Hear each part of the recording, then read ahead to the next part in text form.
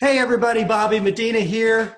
Hope you guys are doing great. We got a special interview, something really exciting, working today with some of the members of the Tower of Power horn sections.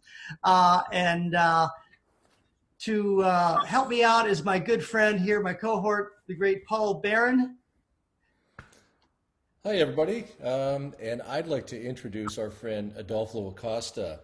Adolfo was born and raised in Santa Barbara, California, and then went on in high school to study with Bobby Shue, and then the 1 O'Clock Band at North Texas.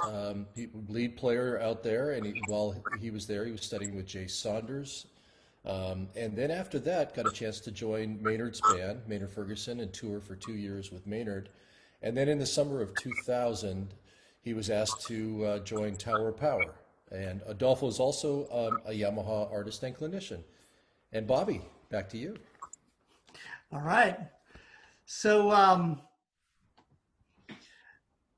my buddy here, Sal Cracchiolo, I've known him for many years.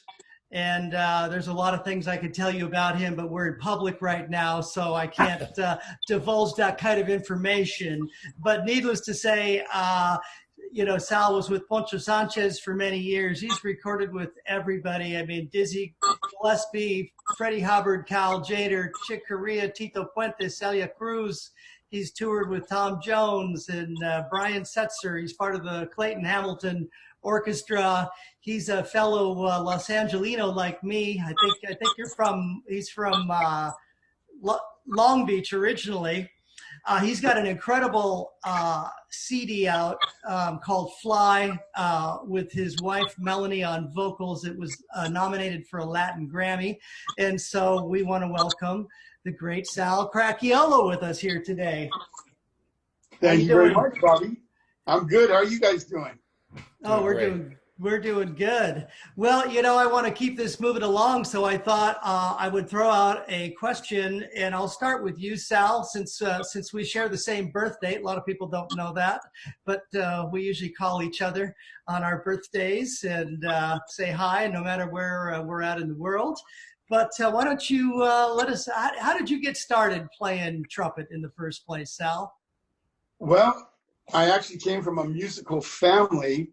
And my father made a living teaching accordion and piano, and my mother actually played second trombone in the Detroit Women's Symphony, and she was my first trumpet teacher.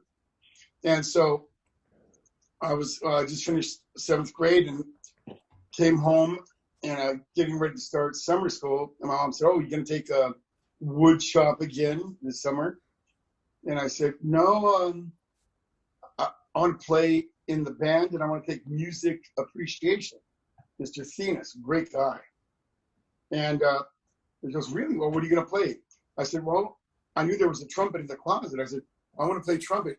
She goes, "Go get it." And she set my embouchure, and we had a box 7C. And she goes, "This is C, this is D, E, F, G." And, and I started, actually, when I was 4 years old, my parents threw me on the piano. And so I actually learned how to read music and solfeggio before the alphabet. And the piano didn't stick, the accordion really didn't stick. In the 3rd grade, I started playing violin. Didn't do anything for me. But I remember in the band at elementary school, there was these 2 kids in the 6th grade, and they played trumpet. God awful. But I thought that was the coolest sounding instrument in the world. And so then I played the drums for a minute. And then going into the 8th grade, I started trumpet. And so my mom said, "Well, let me get you lessons." And being in Long Beach, they had the Long Beach Municipal Band, where Herbert L. Clark used to be a musical director there. And the band's still going on, well, in the virus. Anyway, my parents always played music in the house and took us to concerts. And I'd hear the Long Beach Municipal Band, and they said, asked the lead trumpet player, "Would you teach my son?" He goes, "Oh, I have too many students. I don't have time. But Norton Maltz, my second trumpet player, he teaches and he's very good. So I studied with him for about 6 months. And one day he said, "Is your mom out in the car reading?" She would drive me out Saturdays for my lessons every Saturday. And I said, "Yeah." He goes, "Go get her. I got to talk to her." And I thought, "Uh-oh, I'm in trouble." So when I got my mom, and she goes, "What'd you do? What happened?" I don't know. And she came in and goes, "Mr. Maltz, what's going on?" He says, "Cracchiolo, I cannot teach your son anymore." She goes, "I don't know why. All he does is practice that trumpet all day long." He goes, "Well, that's the problem. He needs a better teacher. And I've got 2 guys in mind." And and he told us the names. I was, "Well, who should I go with?" And one guy was real close in Norwalk, and the other guy lived down in Irvine. He said, "Well, they're both phenomenal. It's a toss-up, whoever you want to go to." And so we went with the guy that was closer. But the guy that lived down in Irvine was Rafael Mendez. Oh, wow. So I almost studied with Rafael. And we went with the second choice, or the first choice, which was James Stamp. So I studied with Jimmy Stamp for 3 years and really gave me a real strong foundation with the buzzing in the air and going into classical and the Charlier book. And boy, I really, it was what a gift to study with that guy. And then I went on to other teachers. I had like this 3-year cycle. And then it was like Tom Holden that was a disciple of Pappy Mitchell, that method. And then I went with Claude Gordon. And then I went with Don Ferrara, a jazz player. And then I went with Bobby Shue. And here I am. Wow, that's amazing. Yeah, that's when I studied with Stamp when I was at the end of my high school in my senior year and in college. And I would study at the school mostly over at Cal State Fullerton, but I did go over to his house. And I don't remember, was he in Downey? It was so long ago. It was Whittier. Whittier, that's right. Yeah, he was in Whittier. So yeah, I remember that. Now, how about you, Adolfo? How'd you get started on playing trumpet? Well, it was 4th grade orchestra, and I picked the trumpet because I liked the way it looked, and I had a neighbor who played it, and I had a really hard time. I almost quit, so I thanked Mrs. Ochi for convincing me not to quit, and it was something fun. I mean, I could take it or leave it, it wasn't that, but it was still kind of fun. When I was in 7th grade, I heard the jazz band. I didn't even know what a jazz band was or that the school had one, even though I rehearsed an hour after the jazz band. I mean, they like hid everything away. You didn't even know. So I wanted to play in that band and had to wait. That changed my life here in that band. And then, so I got to play in the jazz band in 8th grade. And then in high school, I started studying with a guy named Brian Piercy. He was my first trumpet teacher in Santa Barbara. And he was teaching for a little while. I took about 3 or 4 lessons, and then he stopped teaching or something. And then I started taking lessons from Jeff Elliott, and he had a big impact on me. Loved the way he played and the way he sounded. He taught me like John Kleinman type stuff because he was a John Kleinman student. So I did lots of long tones back in the day. So and lots of soft playing. And then after high school, I went to City College and played in different types of ensembles, everything they had actually, And I started taking lessons with Bobby Shue, and then that was a whole new different thing too. It was great. And then I went to North Texas and luckily got on Maynard's band, and then started playing with Tower in 2000, and then they hired me around, I don't know, 2001 maybe, I'm not sure, something like that. That's it. I'm still here almost 20 years later. So wow, that's cool. It's amazing how fast time flies too. It's ridiculous. How about you, Paul? You want to throw something out? I sure do. Well, first of all, I want to tell you guys that my wife is like the biggest fan ever of Tower Power. And in fact, when we first got together, excuse me, and then she moved in with me up in Vancouver, Canada, I put on a record, and it was Tower. And then she's dancing, and she knew every horn lick, every note.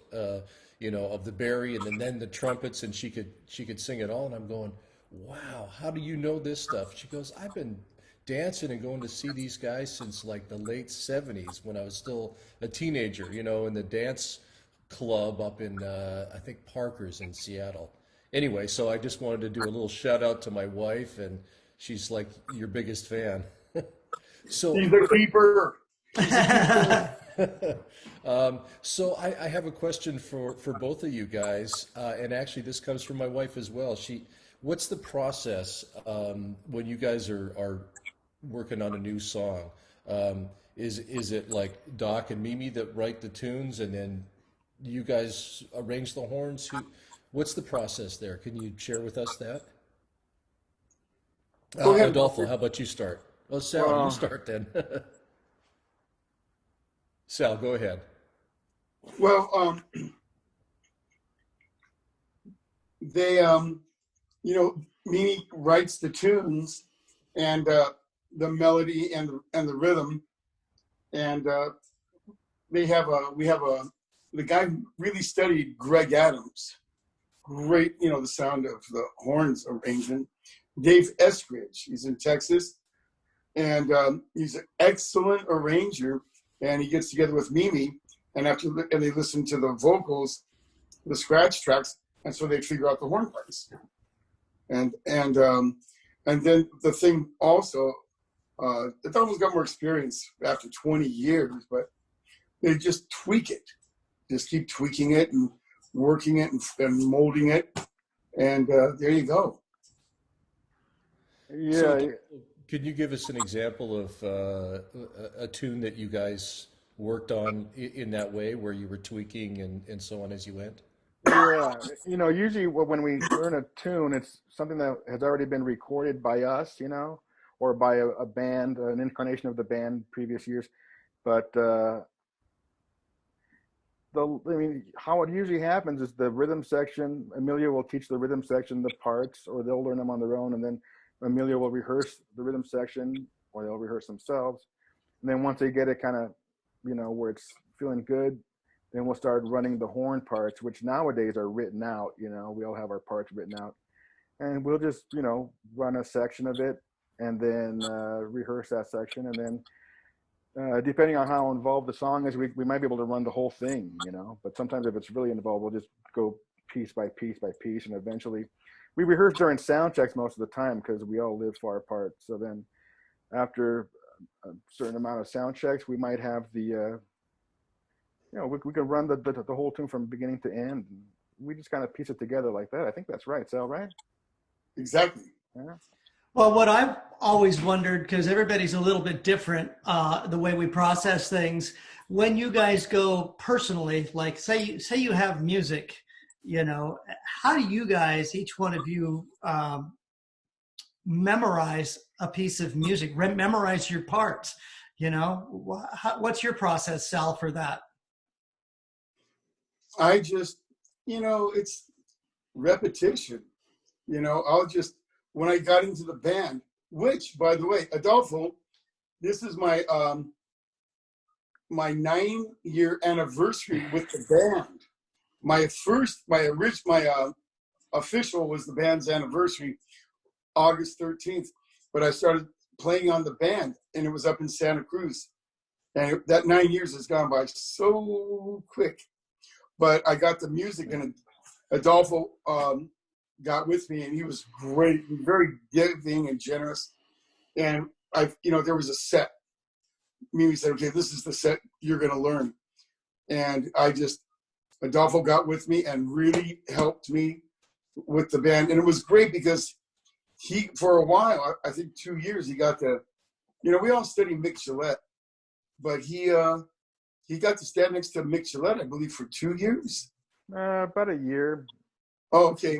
But I studied Mick's playing, and Adolfo said, well, this is how Mick would do it, and this is what we do. And man, he was like, great. So for 2 days, I just slept and ate and breathed the book. And then I went up and did the first gig was February 25th, 2011. I subbed on the band, just one gig up in Vancouver, Canada.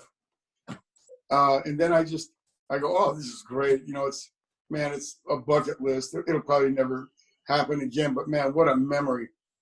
And, you know, all of a sudden I got called to sub starting in June 3rd. And June 2nd, I sat in with the band at the Greek Theater. And afterwards, we got in the bus and went up to Santa Cruz. And it was like, here I am. Wow, it's cool. And arguably, this is like, you know, one of the best, you know, if not the best horn band, pop band, you know, of all times. And certainly the horn section is up there with anybody, you know, in any of its incarnations. You know, they've had a lot of players, a lot of great players have come through this band, and I've seen a number of them, but you guys are, I don't know, you guys have a kind of chemistry. I think you and Adolfo on stage, you know, you really complement each other really well. You know, last time I saw you when you were out here, it was really special. And not only that, it's like, you know, like I've taken my son, you know, my son's a sax player, but we've taken him to some of the horn clinics, and that's been really cool. Just, you know, hearing what you guys have to say and, you know, passing on information. So it's really important. I think that's a great part of what you guys do. So I'm curious, do you guys pass any of the lead stuff around, like any given night? I know, having been on the road and hope to be again once this COVID thing opens up, but you know, there are nights where it just doesn't feel as good. Have you guys been able to just shuffle the parts around, or do you kind of stick with what you do? Adolfo? No, we Emilio wants us to play our parts, you know. He doesn't really want us switching around, you know. Yeah, especially if there's a sub coming in, you know. He says, play your part, don't, you know.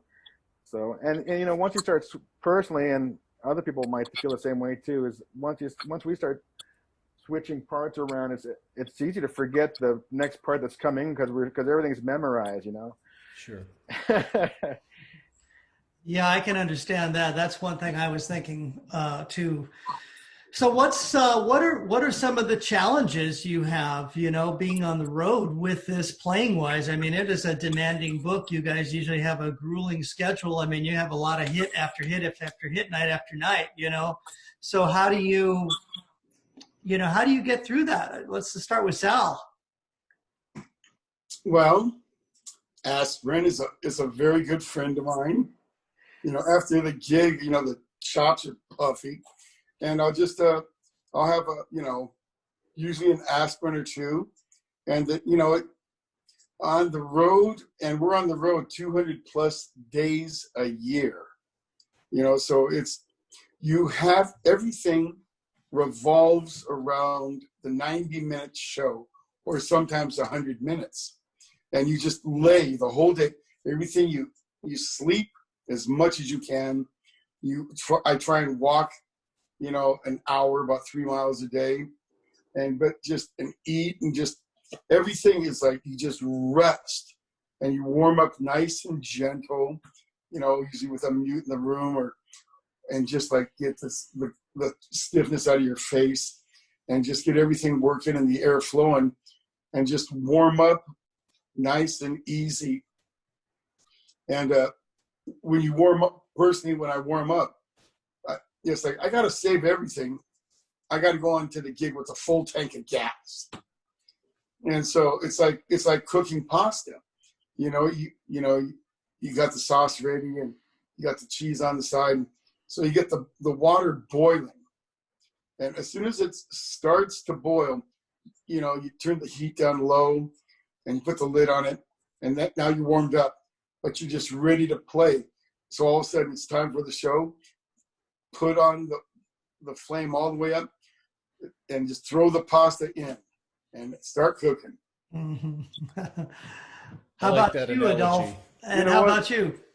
Very, very, very similar, you know. I mean, and like all, you know, there's been some other trumpet players I've played with in the band who have total different ways of going about it, but I'm really close to the way Sal does it, you know. And we got to be warmed up for sound check because the sound guys want to hear what we're going to do during the show.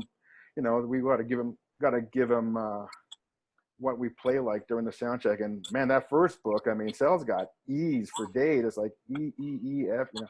So yeah, and I go up to like maybe high C or something, but I got to be warmed up for the sound check, and that's, you know, kind of I start kind of wanting to spit out some harder notes by that time. So, you know, but I'm pacing myself. Yeah, most of the time it's warming up easily, and then kind of punching in a little bit at sound check during those times where we have to, and then resting, and then warming up a little, just the right amount before the gig, you know. And warming up is a kind of a hard thing, finding a place to warm up, because there isn't a whole lot of space for us sometimes, and people don't want to hear trumpets, you know. So I know it. it's So tricky. do you like, you know, when I go out on a tour or something like that, I have a best brass practice mute. I think Paul gave it to me many years ago. I still use that thing, and it's nice, you know, to work in the hotel with. You know, it does change things up a little bit, but if I don't overdo it, for me that kind of works. But do you guys do this? Use a similar kind of thing, or not? You don't like to use mutes at all, Sal? I have a best brass mute. I've got the black plastic one, and you know what? People still complain. You're playing like pianissimo. What I want to do, I just want to get the lip vibrating and get the air flowing, and just, you know, and I have a Jimmy Stamp exercise that takes maybe at the very top 20 minutes, and that's nice and relaxed, and, you know, resting as much as I play. I just take it up to a high G because that's what the book calls for. And just, you know, just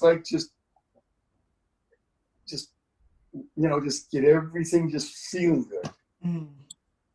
So, you know, like from my experience, you know, years ago when I studied with Stamp, I mean, I was way into the mouthpiece and the lip buzzing and all of that thing.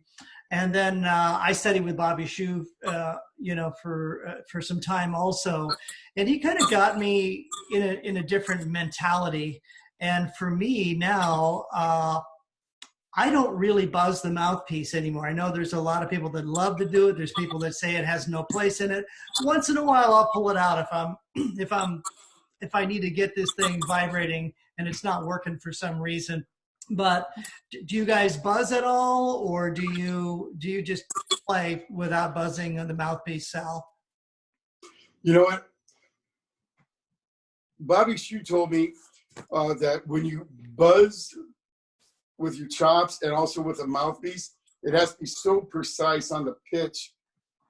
He said that 20 minutes with a mouthpiece or free buzzing is the equivalent of practicing an hour. So yeah, it's like, it keeps your chops there. And, you know, and back to chops is like, oh, I got to tell you first though, Adolfo on that second trumpet book, that book is a bear, you know?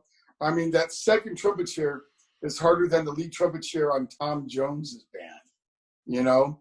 I mean, so that's, you know, it's nonstop workout. And I learned a lot from Adolfo about the phrasing.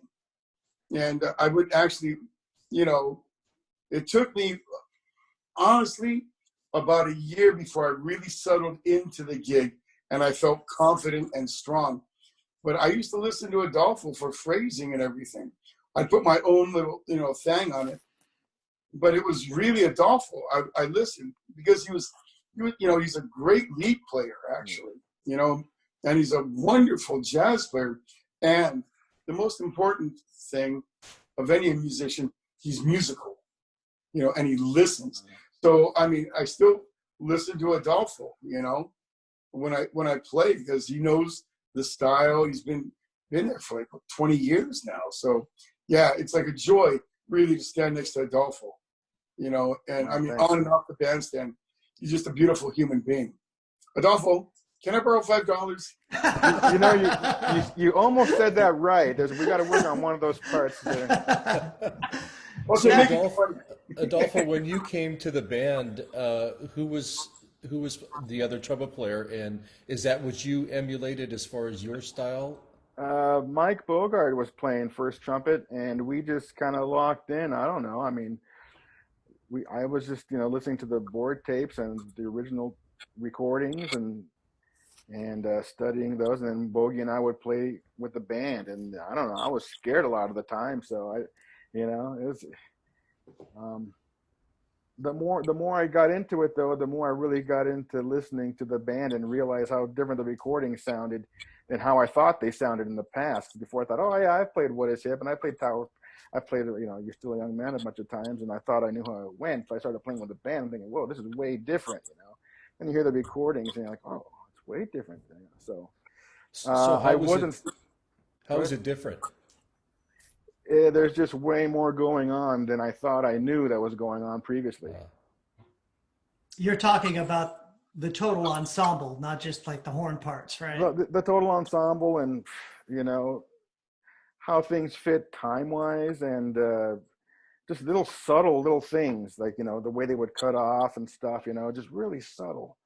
Mm-hmm.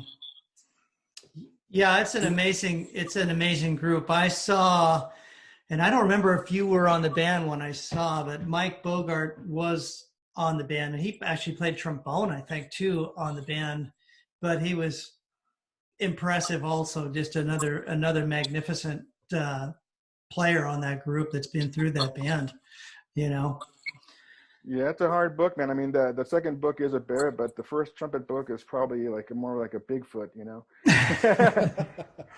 Very a Yeti. Yeah. So are you a mouthpiece buzzing guy at all, Adolfo, or do you just? You know what? I studied with Bob for so long. Part of my daily routine is doing some and warm ups. It's doing lip fluttering, trying to center a buzz, do some free buzzing, and then doing some mouthpiece buzzing. But I don't do a whole lot at one time. It's always in smaller, sessions. It's kind of like my warming up, preparation, right, to go farther into something else. So. Yeah, and that's kind of how I am personally. I know that a lot of people. I mean, like I even saw a thing. I don't know if it was Eric Mirashiro. I think he said he's like they were talking about. They were talking about pedal. Was it pedal? Was either pedal tones or buzzing? I think it was pedal tones. Yeah, pedal tones, and he was saying this is those are like poison to me. He said they really, so it's interesting just from the standpoint of people and how each person plays. We're all a little bit different, and how you have to really take time to experiment throughout your life, because you have these aha, or as Bobby Shue used to say, these oh shit moments. It's like, oh God, now I understand that. And it takes you to the next little level of understanding, for yourself. So that's cool. So tell us about your association with Yamaha Instruments. Sal, why don't you start? Well, I started studying with Bobby Shue in '85, and because I was at a quandary, and I needed some real direction, and I had the honor of playing in a Pasadena City College band under Gary Foster. And Gary was such a giving person. And one night I said, Gary, I need to, talk to you about direction in my life. And he said, well, come over to the house, And he was very giving, and it was great because he goes, have you ever had Spanish cognac, Randy? I said, no. And he put out this excellent little bottle. We sat there, and he put on the best, like Charlie Parker and Phil Woods and Chet Baker and Lenny Tristano and Bach. And he goes, I love this certain piece with Bach. And he goes, well, what do you need? I go, I don't know what to do. And he goes, Sal, you have to find a mentor. And if it's you have to figure out what you want to do. And if anything, transcribe all those solos and just study that way he played lead. And so I loved Bobby Shue. And I mean, here he is, an unbelievable jazz player that plays the shit out of lead trumpet, and so musical. And I said, well, I love jazz so much, but I want to eat. So I better learn how to play lead so I can, have a couple hats to wear. And so I called up Bobby, and I said, Mr. Shu, my name's Sal Crachiolo, and I'd like to take trumpet lessons with you. He goes, I never heard of you, and I'm really busy. I don't have time for any students. I got some of the best guys in the world coming to me and studying with me. And, I don't have time. I said, well, make time. I go, you have to give me one lesson. He goes, F you. He goes, Really? I don't have to do anything. And I said, give me one trumpet lesson. And at the end of that trumpet lesson, if you never want to see me again, I guarantee you will never see me. And I heard him with all these big bands in LA. And he goes, what are you doing tomorrow at 4 o'clock? I said, how much? And what's the address? And I showed up, and we just he opened up the door, and it was he looked at me and I looked at him, and we both kind of grinned, and it was like I had known him in another life or something. It was so warm. And he came and he goes, what do you want to learn from me? And I said, well, I want to learn jazz. I want to learn how to play lead. I want to get a better high chops. And he goes, all right. You want a beer? I need a beer. I said, yeah. And so then he just gave me a 2-hour lesson, and it went by like 10 minutes. And that was it. And I studied with Bobby for about 3 years, seriously. And he goes, well, come back. You don't have to come back every week. Come back when you think you got this, in a month or 2 weeks, or if you don't want to come back, you don't have to. But you want to stay for dinner? I said, yeah. And he's been, very giving. He gives the secrets away. He lets you know how to become better, in every way. Yeah, he never holds anything back, when it applies to you. It's one of the things I love about him. And, I think he can come off as being a little gruff, but man, when you know him, he is a wonderful person. I would go down to his place down in Van Nuys back in those days. And, I'd show up at 2 o'clock from my lesson, and it'd be like 6:30, and we'd be done, it would be that long. It was crazy. How about you, Adolfo? What was your experience with him like? Well, I got his phone number from the late Bob Ontiveros, who used to live in LA. He was a trumpet player, played lots of salsa bands, and he worked at Valley Music in the 80s. And he moved back to Santa Barbara, and he gave me Bobby's number because he had told me about Bobby. And I said, well, do you have his phone number? And he gave me his number, and I just simply called up Bobby, thinking, I'm going to call this star, am I going to get a lesson? And yeah, it was really easy. I just called him up, and we set up the lesson really easily. And I took a train out there, an Amtrak. I didn't have a car, and, or right out there. So I took an Amtrak from Santa Barbara to Van Nuys. And I walked to his house, and there's Lisa. She was doing some painting, and she's asking me all these really difficult questions, basic questions like, hey, so what do you want to learn? And I'm like, shoot, I should really know that if I'm going to take a lesson. Yeah, I know. And so I met Bobby, and I took my first lesson, and it was, it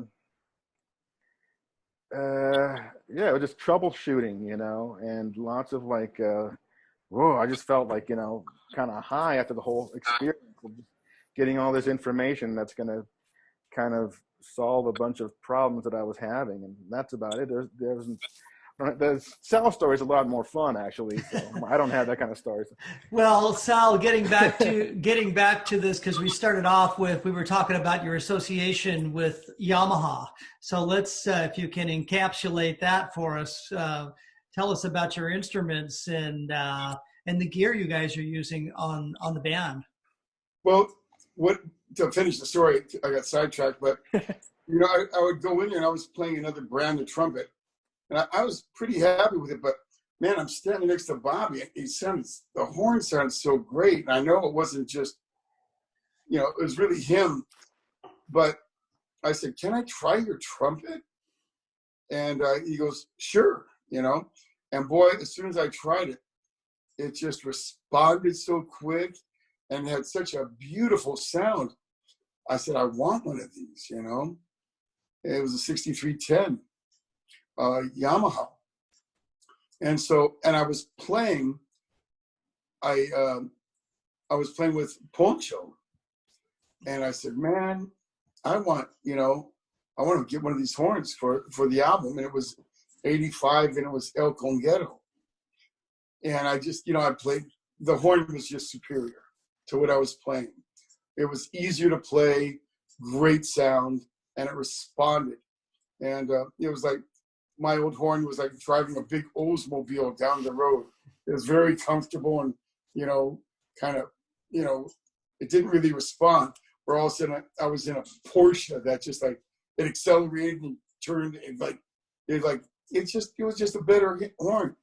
And then all of a sudden Bobby recommended me, I guess, and I got a partial endorsement from Yamaha. So I've been playing Yamaha horns since 85. And you know what? I try my friends' horns. I go to NAMM. I make the rounds. I got my mouthpiece. I try all the horns. And I don't, you know, now they give us horns, but I don't play Yamaha because it's, you know, I get a free horn. At this point, Adolfo and I, we can afford any horn we want, anything. But you want something that's, you know, makes your job easier. If you're a plumber, you know, you don't want a little garden trowel to dig a trench. You want a real shovel, you know. You want the right tool for the instrument. And the instrument, like I said, has a great sound. It responds, and it makes my job and life easier. We all know, you know, trumpets were like slaves to this piece of metal. But it's what a beautiful sounding instrument. And as we all know, it's like, you know, we will always have to practice, you know, keep our chops up and try to continuously grow chop-wise and musically, you know. Absolutely. So do you still play on the 6310 or have you switched to a newer model? Well, I've gone through about 4 different models, I believe. And now I'm playing the brand new, I think it came out last year, the Bobby Shoe 8310Z, you know, and so I'm playing like, and I was really fortunate. You know, Yamaha approached me, Bob Malone said, hey man, we really want you to play this new horn. And, you know, we'll give you one. Would you like to try it? I said, yeah. And he goes, well, actually, I'm going to go out to Bobby's this next week, and we're going to tweak some horns, and you can have one of those. And they were the prototypes. And so, and like Bobby was going to like tweak out the first 10 prototypes. And he goes, so you want one of those horns? I said, have Bobby pick me out a horn, and I'll take that one. And Bobby picked me out a horn, and that's what I'm playing now. And I love it. Wow. How about you, Adolfo? I'm still playing an 8310Z that, well, I'm right now at home, since I've been home since March, I'm playing an 8310Z that I got when they came out, like in the 2003, 2004. I'm not really sure what the year is. But, I mean, I was on the road, I'm playing, and what I was playing is an 8310Z with a Miyashiro bell. It's a Frankenstein horn. But it's on the truck with the equipment. It was going to meet us on the East Coast, so I'm playing my 8310Z. So okay. I haven't switched to the new one yet. I kind of play my horns till they wear out. So. How about you, Paul? What are you going to throw out here? We're kind of rounding the bend here. So. Oh, I was thinking the same thing. Yeah, you probably wanted to wrap it up, but do you, for the Tower of Power fans that are itching to come and see you guys again, do you have a start back date or anything on the horizon at this point? I don't know. Not that I know of. I don't know yet. I don't know. Do you know anything, Sal? Well, it's all in limbo. You know, it's like, you know, it's this thing's it's real. Adolfo and I know 3 people associated with the band that had their folks in an old age home, and they all got the virus and died.